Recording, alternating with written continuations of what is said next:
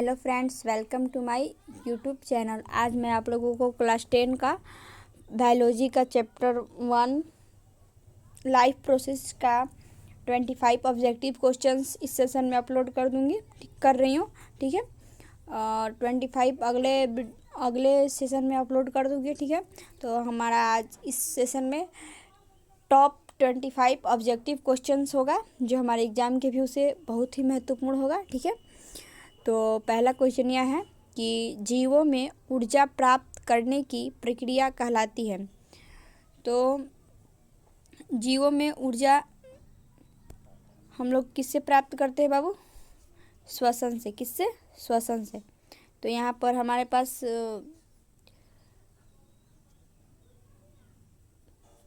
Option number B correct हो जाएगा। श्वसन से हम लोग को ऊर्जा प्राप्त होती है। ऑप्शन क्वेश्चन नंबर 2 यह है कि पौधे अपना भोजन किस प्रक्रिया द्वारा बनाते हैं। तो पौधे अपना भोजन प्रकाश संश्लेषण की प्रक्रिया द्वारा बनाते हैं। प्रकाश संश्लेषण का समीकरण है बाबू 6 CO2 प्लस 12 H2O से बनता है C6 H12O6 प्लस O2 यहाँ पर एक गैस निकलती है जो हमारे द्वारा यूज होती है। ठीक है, तो इसका समीकरण है प्रकाश संश्लेषण का कि 6 CO2 प्लस 12 H2O। ठीक है, 12 H2O C6 H12O6 plus O2।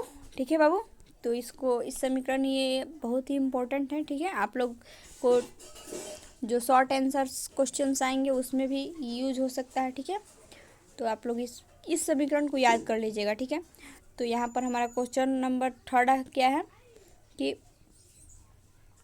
Question number 3 यह है कि प्रकाश संश्लेषण के लिए आवश्यक वर्णक है। वर्णक यानी कि कलर। ठीक है, वर्णक यानी कि वर्णक को इंग्लिश में कलर बोलते हैं, लेकिन यहाँ पर हमारे पास क्या चाहिए प्रकाश संश्लेषण के लिए? जैसे कि पौधों में भी क्लोरोफिल पाया जाता है, क्लोरोप्लास्ट पाया जाता है। ठीक है बाबू, तो हम लोग को यहाँ पर क्या चाहिए? क्लोरोफिल चाहिए। ठीक है, प्रकाश संश्लेषण के लिए क्या चाहिए बाबू? क्लोरोफिल।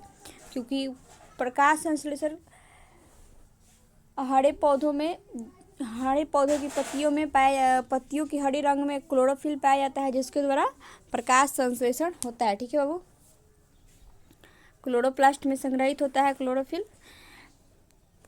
सूर्य के प्रकाश की उपस्थिति में क्लोरोफिल की सहायता से पौधे अपना भोजन बनाते हैं। ठीक है, क्वेश्चन नंबर 4 यह है कि प्रकाश संश्लेषण के दौरान कौन सी गैस मुक्त होती है। क्वेश्चन नंबर 4 है कि प्रकाश संश्लेषण के दौरान कौन सी गैस मुक्त होती है। ठीक है, तो यहाँ पर हमारे पास इसका क्या है?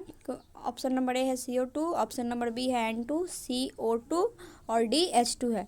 तो यहाँ पर O2 मुक्त होती है। कौन से बाबू? अभी मैं आप लोगों को समीकरण के द्वारा बताई कि गैस O2 मुक्त होती है जो हमारे लिए प्राणवायु होती है। ठीक है बाबू, क्वेश्चन नंबर 5 यह है कि पौधे कार्बन डाइऑक्साइड किसके द्वारा ग्रहण करते हैं।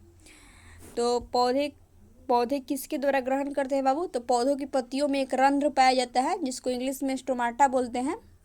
उसमें छोटे छोटे पोर्स पाए जाते हैं, उसी के द्वारा पौधे कार्बन डाइऑक्साइड का ग्रहण करते हैं। ठीक है बाबू, ये भी प्रकाश संश्लेषण में यूज आता है। अब क्वेश्चन नंबर 6 यह है कि पौधों में जल का परिवहन किस ऊतक द्वारा होता है।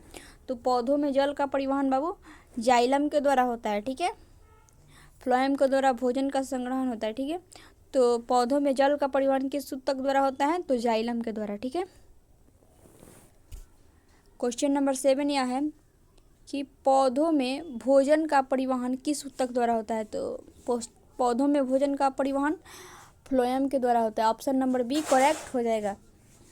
क्वेश्चन नंबर 8 यह है कि प्रकाश संश्लेषण का मुख्य उत्पाद है। तो प्रकाश संश्लेषण में मूल रूप से क्या बनता है बाबू? ग्लूकोज बनता है जिससे पौधे अपना ऊर्जा प्राप्त करते हैं। ठीक है, क्वेश्चन नंबर 9 यह है कि मानव शरीर में भोजन का पाचन प्रारंभ होता है।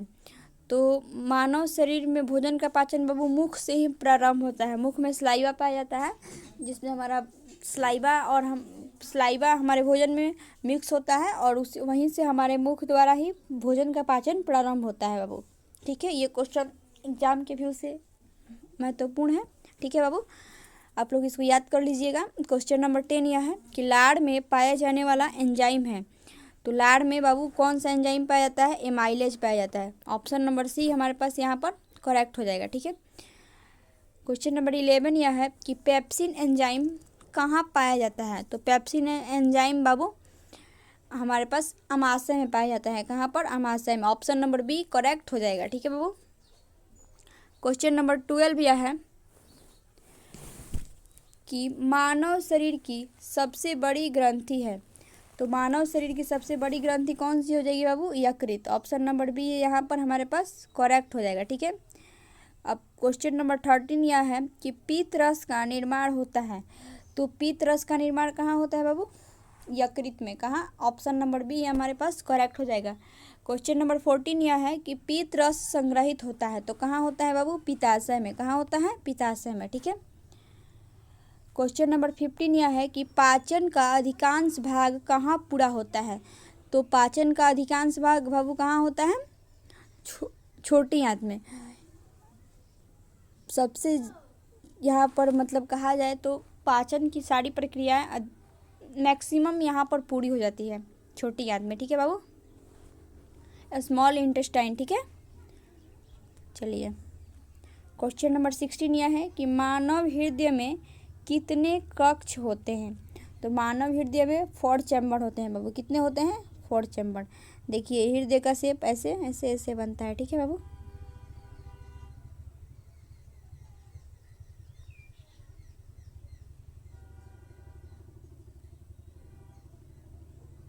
ये वाला ऐसे होता है। ठीक है बाबू, ये दोनों क्या है बाबू? निलय हैं और ये दोनों आलिंद है। क्या है बाबू? आलिंद है। ये आप लोगों को एग्जाम में आ भी सकता है कि मानव हृदय का नामांकित चित्र दें, तो मैं आप लोगों को इसमें हल्का फुल्का बता दी हूँ। ठीक है, शेप तो यही होता है, बस आप लोग को नाम और भी याद करने पड़ेंगे। ठीक है, तो मानव हृदय में कितने कक्ष होते हैं बाबू? देखिए यहाँ पर 1 2 3 4। कितने होंगे बाबू? 4। ठीक है, चलिए क्वेश्चन नंबर 17 यह है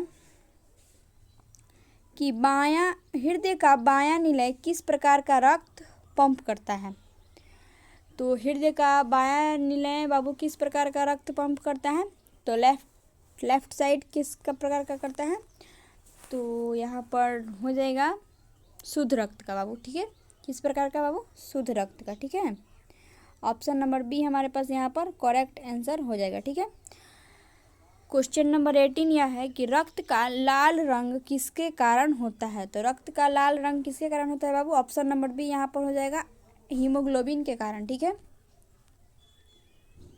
क्वेश्चन नंबर 19 यह है कि रक्त में ऑक्सीजन का परिवहन कौन करता है? तो रक्त में ऑक्सीजन का परिवहन कौन करता है बाबू? RBC. Option number A correct हो जाएगा। क्वेश्चन नंबर 20 यह है कि श्वसन की मूल इकाई है। तो श्वसन की मूल इकाई क्या है बाबू? कोशिका। क्वेश्चन नंबर 21 यह है कि फेफड़ों में गैसों का आदान प्रदान कहाँ होता है? तो फेफड़ों में गैसों का आदान प्रदान बाबू एल्वियोलाई में होता है। कहाँ होता है? एल्वियोलाई में। क्वेश्चन नंबर 22 यह है कि मानव में श्वसन का अंतिम उत्पाद है। तो मानव में श्वसन का अंतिम उत्पाद क्या है बाबू? CO2 और जल। ऑप्शन नंबर ए है। बी ऑक्सीजन है और सी ग्लूकोज है, सी स्टार्च है। ठीक है बाबू, तो मानव में श्वसन का अंतिम उत्पाद क्या होगा बाबू? स्टार्च होगा। क्या होगा? स्टार्च। क्या होगा बाबू? स्टार्च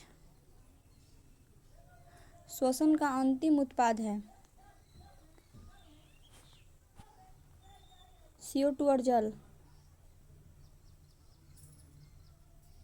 CO2 और जल, शायद ऑप्शन नंबर है। ठीक है बाबू, इसको थोड़ा सा देख लीजिएगा लो। चलिए क्वेश्चन नंबर 23 यह है कि ऊर्जा की मुद्रा कहलाती है। तो ऊर्जा की मुद्रा क्या होती है बाबू? ATP को ऊर्जा की मुद्रा कहते हैं। माइटोकॉन्ड्रिया में पाई जाती है। हमारे पास एक ग्लूकोज के अणु के बराबर 38 ATP होता है। ठीक है बाबू। 24 नंबर क्वेश्चन यह है कि मानव में दोहरा परिसंचरण पाया जाता है क्योंकि हृदय 4 कक्षीय होता है। क्या बाबू? हृदय 4 कक्षीय होता है। ठीक है। क्वेश्चन नंबर 25 यह है कि धमनियाँ रक्त को ले जाती है। तो धमनियाँ रक्त को हृदय से दूर ले जाती है। ठीक है बाबू। तो इस वीडियो में मैं आप लोगों को 25 क्वेश्चन अपलोड कर दे रही हूँ। नेक्स्ट 25 क्वेश्चन मैं नेक्स्ट सेशन में लेकर आऊँगी। ठीक है बाबू। थोड़ा आप लोग चैनल का सब्सक्राइब नहीं करते हैं, ऐसा क्यों जी? थोड़ा इधर उधर फ्रेंड के पास भी शेयर कीजिए। देखिए मैं तो आप लोगों के लिए कोई बुरा नहीं चाहती हूँ, अच्छा ही है, भलाई के लिए ही लाई हूँ। ठीक है, तो प्लीज़ थोड़ा सा सपोर्ट कीजिए। ठीक है बाबू। Thank you. मिलते हैं नेक्स्ट सेशन में। ठीक है बाबू।